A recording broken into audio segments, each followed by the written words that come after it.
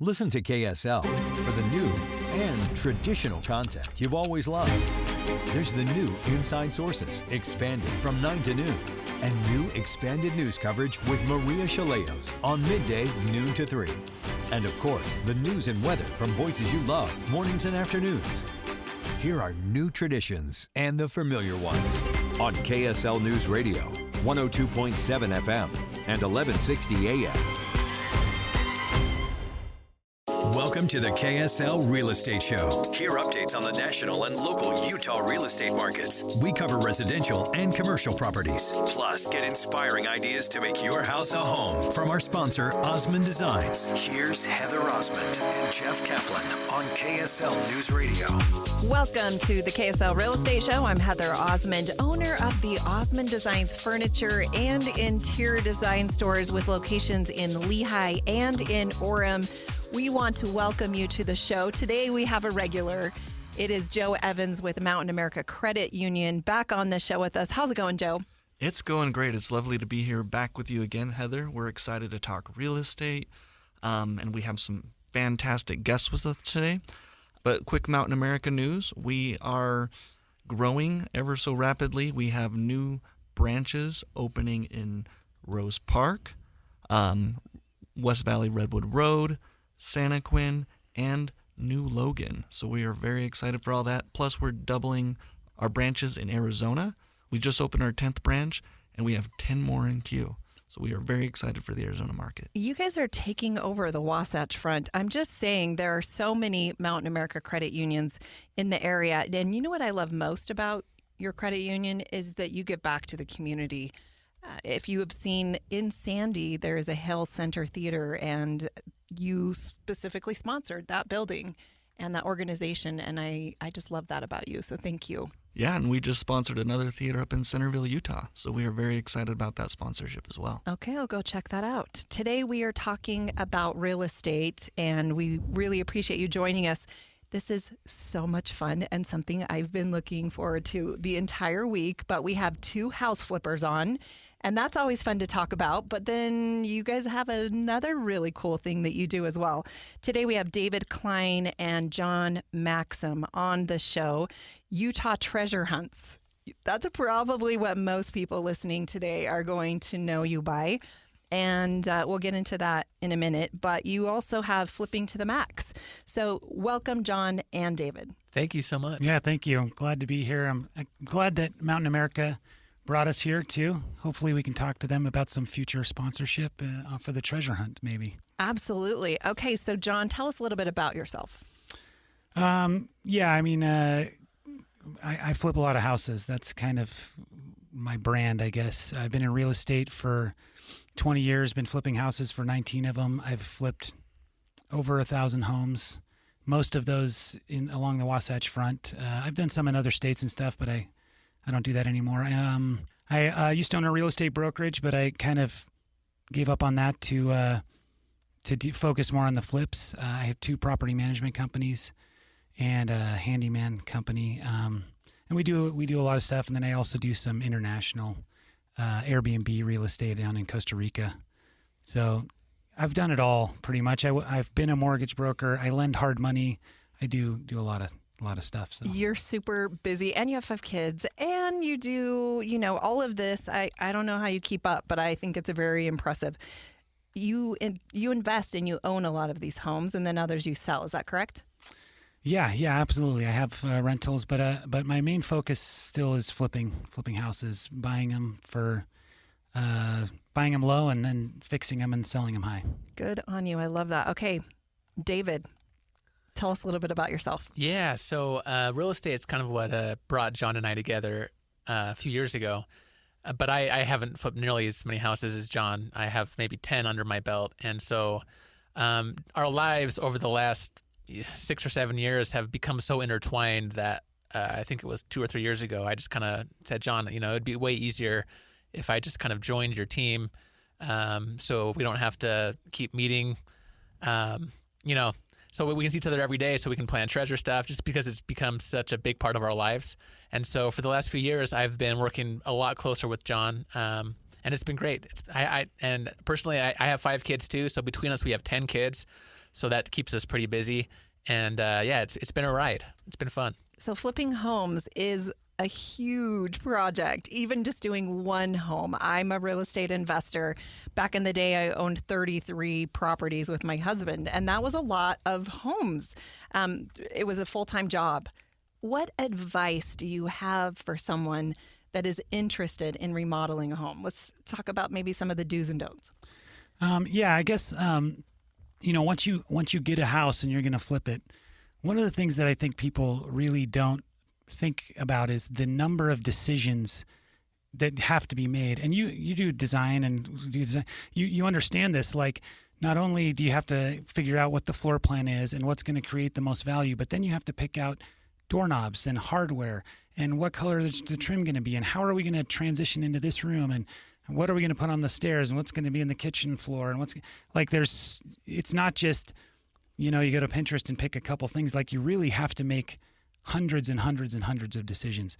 And so I think the more of that a new flipper or new investor can do in the beginning saves them a lot of time and money.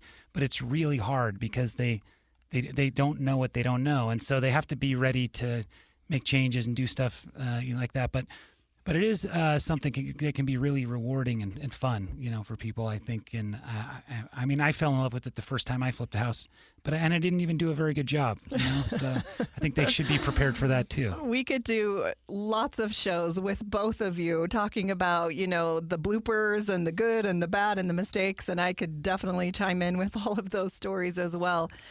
But you always need money when you're flipping homes, and I think that's where maybe Mountain America Credit Union comes in. They do HELOC loans, they do refinances and those kinds of things. But that's number one for me, is it's always going to cost more than what you're expecting. Is that fair? Yeah, the more experienced you get, the better you get at estimating. But we still just have a 5% contingency for, when we're budgeting for things that we don't know are going to happen. And one of my niches that I really focus on is homes over 100 years old. I really like Sugar House and the Avenues and Federal Heights and these areas where the homes are older. And those homes always have surprises, always. And we're trying to bring them up to code. And we get everything passed off through the city, so it can create problems that you're just not aware of. So yeah, money and finding money and being prepared for maybe a little extra money is a big challenge. Okay, David, people always ask me, how do you find a great deal in this economy? And I've always said there's always a great deal. You just have to look for it. How do you recommend to all of our friends on KSL, how do you look for a property that is a great deal? That is the $1 million question. Yeah, it is. It's a great question. And no matter how long you've been in this business, whether you've been flipping for a decade or if this is your first flip, everyone still kind of struggles finding deals. And the thing with the real estate market the last few years, it's been tough because interest rates are high, like everybody knows, and prices really haven't come down that much. And so buyers can't really afford new houses, and sellers are unwilling to kind of sell it for less than they think it's worth. So we've kind of been in this standoff. And so when we approach sellers to potentially get a deal, they see this estimate or whatever online, and they just don't want to budge from that number. So it's been really tough.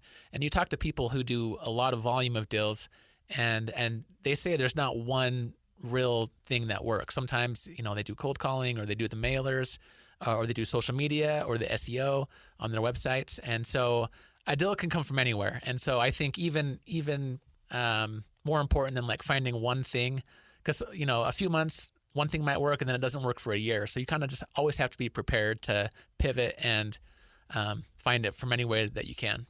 So where's the best place to spend money in a home if you are on a limited budget? I always tell people when they ask me this question, think about Instagram. Whether you are into it or not, social media, like think about what the buyer is going to want to post behind them on Instagram. That's where you want to spend the most money. And so, for example, one example I always use is I flipped two houses right across the street from each other once. They were almost identical in floor plan. They were very similar houses. And one of the houses, all the windows were gone in that house, so I had to replace the windows. And because of that, I didn't really have the budget for the nice backsplash that I wanted to do. So I just thought, I'll just leave this out. Brand new windows. The other house had 100-year-old wood single-pane windows. So they worked and they were fine. And so I said, I'm going to do the backsplash on this one. And then I listed the homes within like 2 weeks of each other. And the one with the backsplash sold, I got multiple offers on, and it sold for $10,000 more. And the other one didn't sell for 3 more weeks. I didn't get an offer. And so you think, well, I mean, it's going to save so much money on my heating bill if I have nice windows, and these nice windows make this home newer and nicer. But buyers care about their lifestyle and how they're perceived and what they're living in. So I've always learned that like those design choices are bigger. So your kitchen and your bathroom, making good, I'm not saying expensive design choices, good design choices that make the house nice and new is always going to go further than making your house more modern or functional, or things that don't really return a lot of value, or driveways and fences and roofs, because even though those are really nice to have in your house, buyers aren't thinking about that. They're thinking about where am I going to be spending my time, and what are my friends going to see when they come over, and what's going to look cool on my Instagram when I post that. Are you saying we're just a little worldly, that we just want to look? We have to have that great backsplash that gives us all the bougie look of social media. I agree with you, though. I will say those cosmetic issues and design choices often do make all the difference. You're listening to the KSL Real Estate Show. I have David Cline and John Maxim on the show, and Joe Evans with Mountain America Credit Union. Stay tuned. We'll be right back. Listen to KSL for the new and traditional content you've always loved. There's the new Inside Sources, expanded from 9 to noon, and new expanded news coverage with Maria Chaleos on midday, noon to 3. And of course, the news and weather from voices you love, mornings and afternoons. Here are new traditions and the familiar ones on KSL News Radio, 102.7 FM and 1160 AM. I'm Dave Cawley, investigative journalist and host of the podcast Cold. Don't miss Cold's new Season 3, where I look into the unsolved disappearance of Cherie Warren, a woman last seen leaving her job at a Salt Lake City office in 1985. Police cast suspicion on Cherie's estranged husband and boyfriend, but never made any arrests or recovered Cherie's remains. Find Cold Season 3, The Search for Cherie, anywhere you get your podcasts. We're back with the KSL Real Estate Show, sponsored by Osmond Designs on KSL News Radio. Welcome back to the KSL Real Estate Show. I'm Heather Osmond, owner of the Osmond Designs furniture and interior design stores. And you'll notice we're missing Jeff Kaplan today. Jeff, we miss you. We know you're listening off-site, but we'll see you next week. Today, I am so excited because we have a regular on. It's Joe Evans with Mountain America Credit Union. Welcome back, Joe. Thank you so much. We love being on the show. We love the partnership with KSL Radio. Absolutely. And, Mountain America Credit Union is a well-known credit union all across the Wasatch Front. And you are so supportive of this community. And that's what I love most about your credit union. How many locations do you have now? We are up over 100. I believe we're at 105. But we have, I believe, 4 or 5 more new ones to open this by the end of the year, and next year I think we're going to open 10 new stores. So branches, we call them, but yes. Yeah, incredible. And what are some of the loan programs that you think are really fun right now that maybe people don't know about? We have fantastic first-time homebuyer programs, but also if you want to get into real estate investing, buy a flip through John Maxim or your local real estate agent.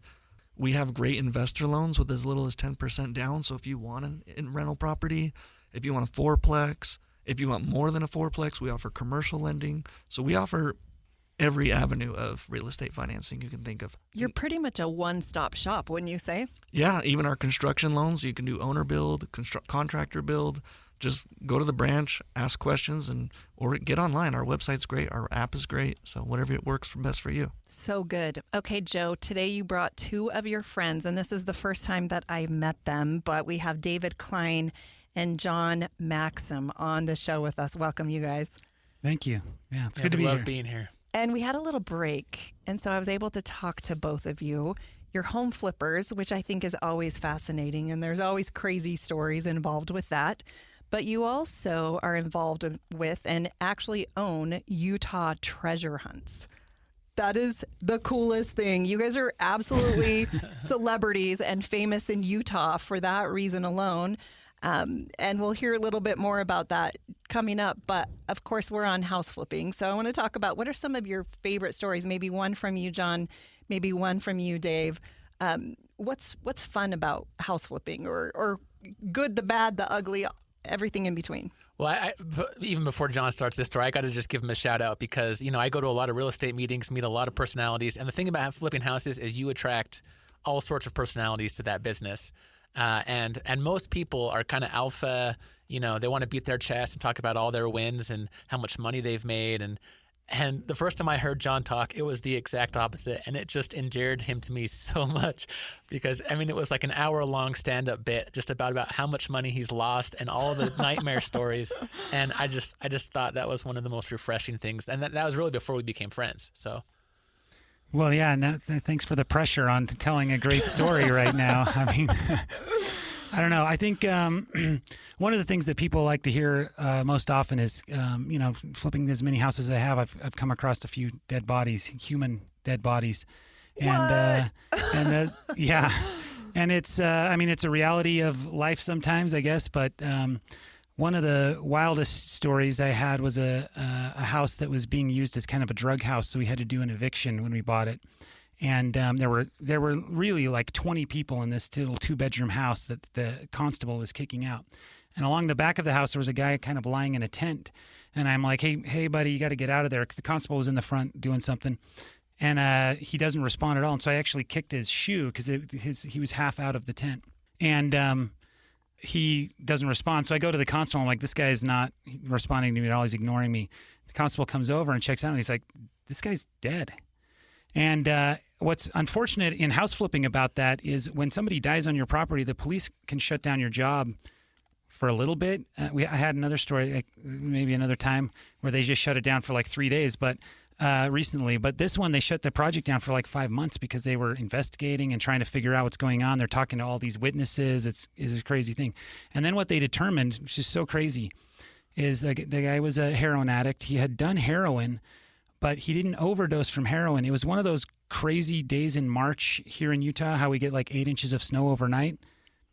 He died of exposure. He froze to death while he was on drugs. And so they cleared it, and then I got to finish the house, but we didn't make any money because we lost 5 months on the build. And so it, like I said, sometimes you just never know what you're going into in a situation, and it can, that's why you got to be consistent and keep going. Keep going. No, that is so sad. Dang it. Yeah.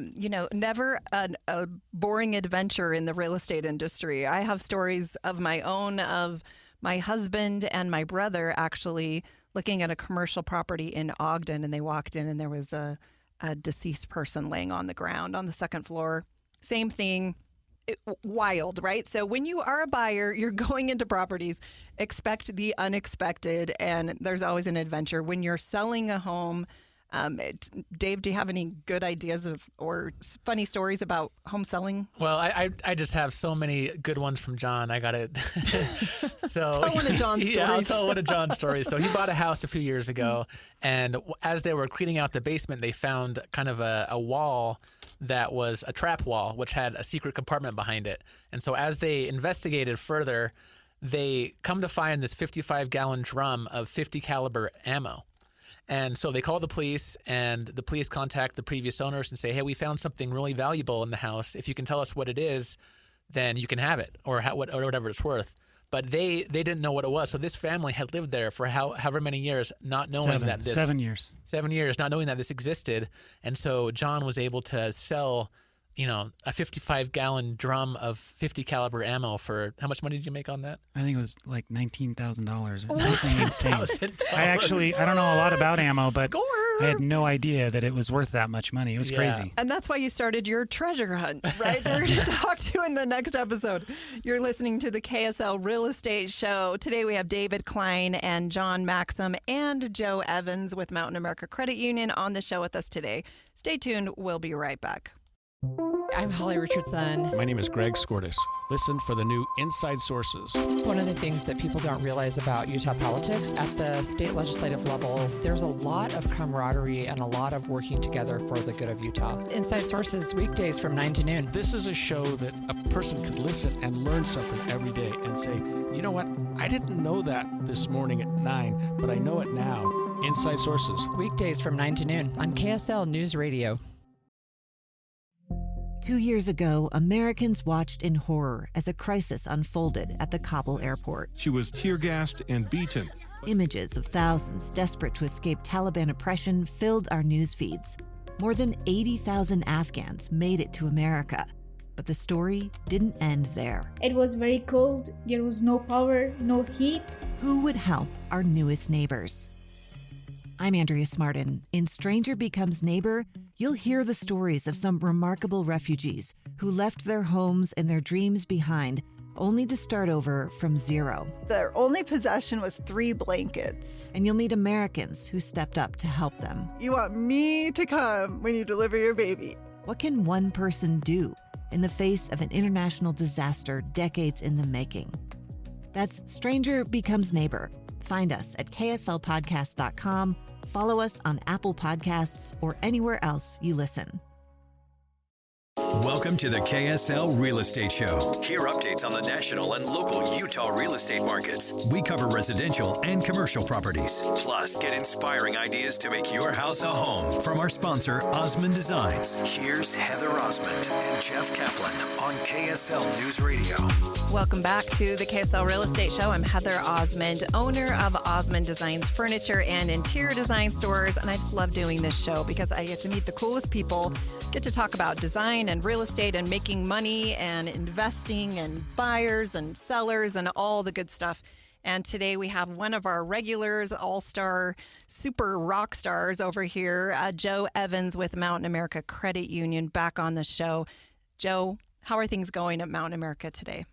The credit union is growing, but we just care about every new member that comes along, and we're just happy to be big supporters in the community. We love having you. You always have incredible guests, and today you have David Cline and John Maxim, friends of yours, and most of you may know them possibly from Flipping to the Max.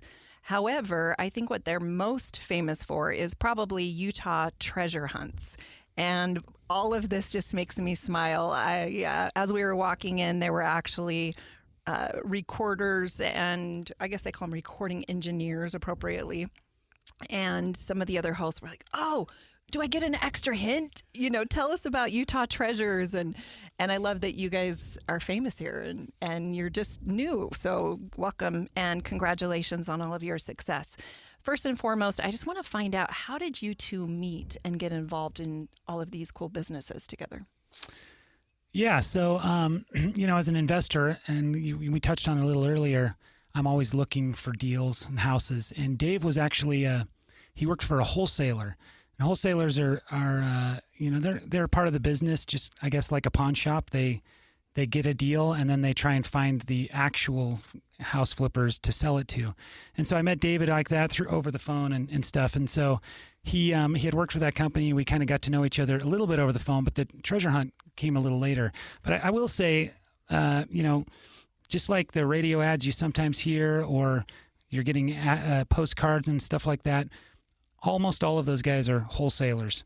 And what they're going to do is put a deal together with you, and then they're going to sell it to me for $10,000 or $20,000 more. And I'm happy to pay them that because they found the deal.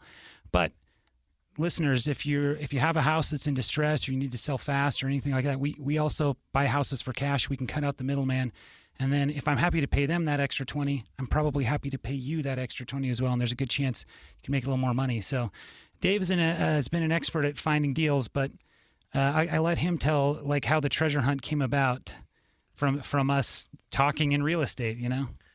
Yeah. So, I don't know. I don't know if it was inspiration at this point, but I just like woke up one day in the middle of the night with this idea of doing a treasure hunt, and it just kind of captivated me.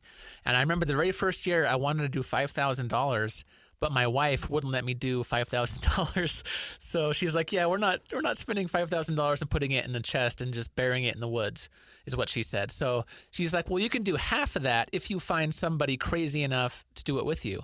And so I went through all the contacts in my phone, and for some reason, when I got to John's name, I didn't even know him at this point very well. We had a very kind of professional relationship, but just from what I'd seen of him and our brief conversations we've had in a real estate setting, I called him and I just said, hey, John, this is the idea I have. What do you think? And to his credit, without even hesitating, he's like, that's the coolest thing I've ever heard. Let's do it. And the rest is kind of history. The last 6 years, we just launched our 6th annual treasure hunt a few weeks ago, and we're kind of just buckled up for the ride. Okay, so let's tell all the listeners what this actually is. So basically, you put money in a box. A treasure chest, yes. Treasure chest, and then you send them on a scavenger hunt. Is that correct? And you are dropping clues, and then all of Utah is looking for money. Yes. So, yeah, there is a treasure chest somewhere hidden along the Wasatch Front, and you know, we don't want it to go on for years and years without any kind of closure for a lot of treasure hunters. So every Friday, we release an email to all of the people on our list with clues. And as the summer progresses, the clues kind of get better and better until someone finds it. And so, that's kind of how we've done it for the last few years. And I think our email list now has almost 100,000 people, if you can believe that. And so, and the cool thing is there's people from all over the world that, a lot of them don't actually fly here, even though some do, but it kind of garners so much interest that they kind of like to just follow along the hunt and kind of view it from afar. So it's been, to be honest, it's been one of those things that we had no idea what we were doing when we first hiked up that trail of the first year. We joked on the way down that we're going to come back in 3 months and dig it up ourselves because no one's going to care. But the impact it's had on people's lives has been so profound. I wish we could say that that's what we planned, but we had no idea it would impact people so positively. We've had relationships fixed and weight loss and mental health and just so many things, and it's been such a good thing in our lives. And I can't think of a better state to explore than Utah. There's so many places that you can be hiding these treasures. Let's talk about some of the previous years and where those locations have been. Yeah, we've let's see. I guess we started in Sandy, and then how much money did you give away in Sandy? It was $5,000. All right. And then we did a 10,000 hunt the following year in Cottonwood Heights. I think it was Hughes Canyon. Hughes Canyon. And then our third year, we went all the way up to Ogden to Ben Lomond. Fourth was Bountiful. And there's still 10,000 at this point? No, I'm sorry. Our third year, we went up to 20,000. Wow. And then we've kind of hovered in that range because we feel like there's a point where maybe things become unsafe. If we have $100,000 treasure out there, maybe I have to worry about getting kidnapped, or I don't know, because the crazies do come out, but it's not so bad. But anyway, then we did Bountiful. I think was 25,000, and then Pleasant Grove last year was 25,000, and then we're at 25,000 again this year. Yeah. Wow. Okay, so it started 2 weeks ago, so it's not too late to get involved in this treasure hunt. How do people find what's going on and get caught up? Yeah, so we have a website called Utah Treasure Hunts, and that's where you can sign up for the email to get every Friday. You got to remember the plural, treasure hunts. Utah Treasure Hunts. Yes, if you just Google it, it should come up. But also Instagram. Now with technology, it's so fun because we have hundreds of treasure hunters out there every day searching, and they'll tag us in their stories. And each story is unique. Some people see rattlesnakes. Some people are, see really cool things with their families, with their friends. And, some groups are a bunch of teenagers and some are a bunch of grandparents that are all searching together. And so it's kind of fun if you want to follow along, just kind of seeing all these treasure hunters. Instagram actually is a great place to do it. So John's Instagram is On the John, which is very typical of his humor. And and mine is the Cline fam. So that's where you'll find us. So how did you come up with the idea of where to put the treasure for this time? Can you share that? Yeah, well, so share some stuff. Yeah. We learned from the very first year that we have to make it as safe as we possibly can. I remember one of the first messages I got the very first year. It was some guy hanging off a cliff, and he's like, "I think I'm close. Am I right?" And I'm like, okay. So since then, every year the location has gotten safer and safer and safer. And at this point, the most dangerous part of it is actually just driving to the trailhead. And so that's first and foremost kind of what our mind process is just making sure that it's a safe location. Yeah, if you have thousands of people going in for treasure, the last thing we want is for someone to get hurt in the name of treasure hunting, So we try to make it as safe as possible. And then, throughout the year, we're going on hikes, we're outdoorsy, and we see places. I mean, now that we've been doing this for 6 years, we collect ideas. This could be a good spot, that could be a good spot. And typically what we do is we find the location first, and then the poem, which we always, if someone wanted to get started right now who's listening, go to our Instagram and you'll find the poem on our page, the top of our page. The poem that we release on Instagram, is supposed to lead people there, but we write that poem after we find the spot, kind of retroactively. Work backwards. Yeah. And then you put together the scavenger hunt. I don't know. It's a treasure hunt, really, right? Yeah. So then how many locations are there that take people all over? Is there 10? Is there 20? More? No, that's kind of the thing that people love about this hunt is there's one poem and there's one treasure chest, and that's all you need. And so, it's not like we actually do another treasure hunt in the fall called the QR hunt, and that's completely different, where you kind of do multiple locations and stuff. But this one, and that's why someone listening right now could literally look up the poem and just get hit with some inspiration, and they could find it that day. And so there's no one ahead. There's no one kind of behind. Anyone can find it anytime. So we're just expecting, to get a phone call anytime with someone who's found it. And it could be tomorrow. It could be in 2 months. We just don't know. Yeah, and you just don't want to miss that phone call. Could be right now while our phones are on airplane mode because we're on a radio show. It could be for sure. Exactly. I love that so much.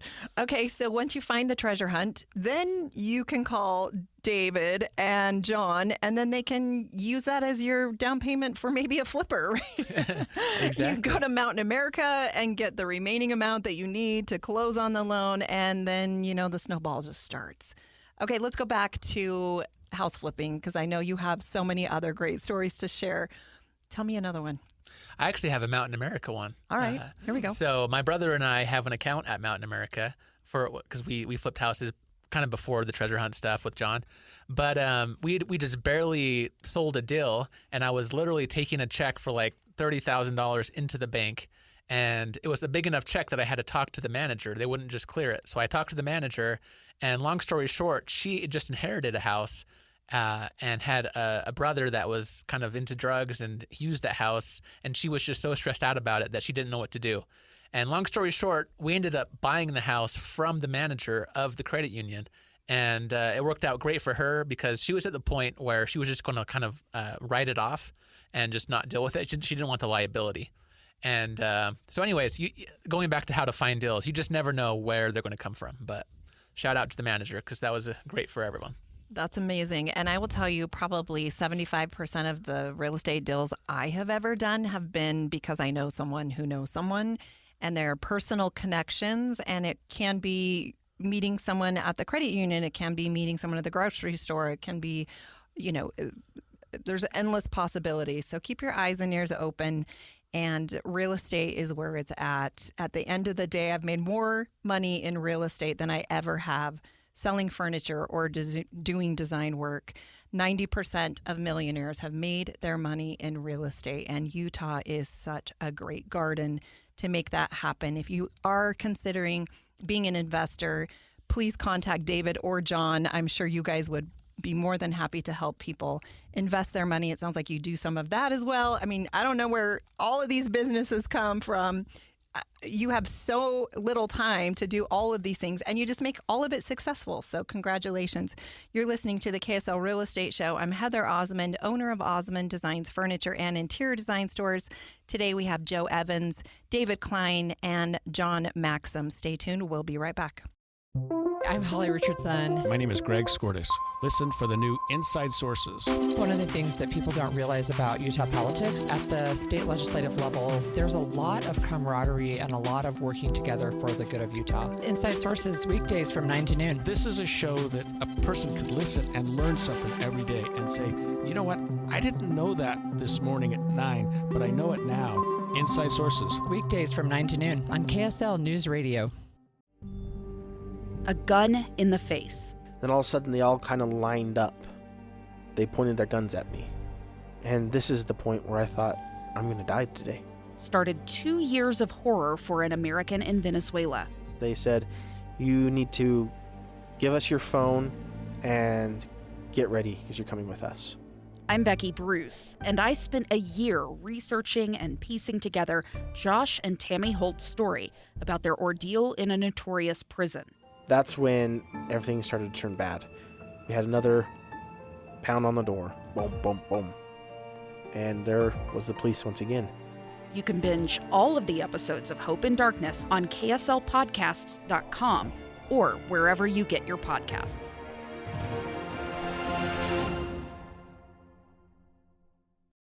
We're back with the KSL Real Estate Show, sponsored by Osmond Designs on KSL News Radio.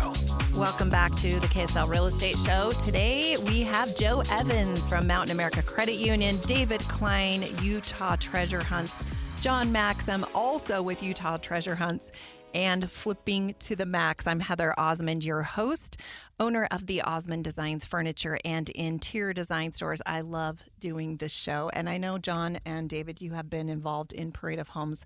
It's a lot of fun to build new construction, but your specialty is really in flipping homes and remodeling homes. And I know you have some great stories about that, but also the story I most want to hear about is about Utah Treasure Hunts. Specifically last year, you have a really cool story. Well, yeah, I mean, we try to save them. John's actually kind of coined it the real treasure, because at the end of the day, you know, the treasure hunt has changed people's lives for the better in ways that we never foresaw. And so I don't know if it was last year or the year before, but I got a message from somebody that said their parents, I think the dad specifically, went to Japan for work, and he was riding his bike and got hit by a car and ended up passing away. And they were thanking us because right before they went to Japan, the family was all asleep, and like 2 a.m. the dad just got this aha moment and woke everyone up at like 2 or 3 a.m. and said, we're going treasure hunting. And they have a video of them in the car just laughing hysterically at the absurdity of the situation, how it's like in the middle of the night and they're just laughing because they're going on a hike. And they just thanked us, and they're like, that's the last memory we have. And it was just so full of joy and so happy. And, you know, I mean, it makes us tear up, honestly, even thinking about it. And we just get messages like that all day. Not quite, as dramatic as that one, but you just never know. You never know what people are going through. And so you just never know how like a little simple treasure hunt is going to change people's lives. Well, and it's really about the journey, right? We're all looking for that treasure.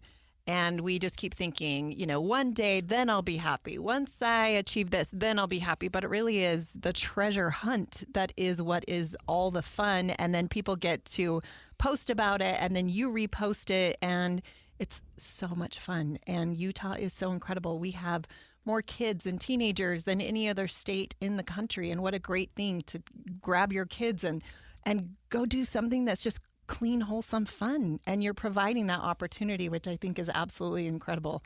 So congratulations to you, and thank you for doing this. Yeah, thank you. Yeah, we love it. So what did people do with the money?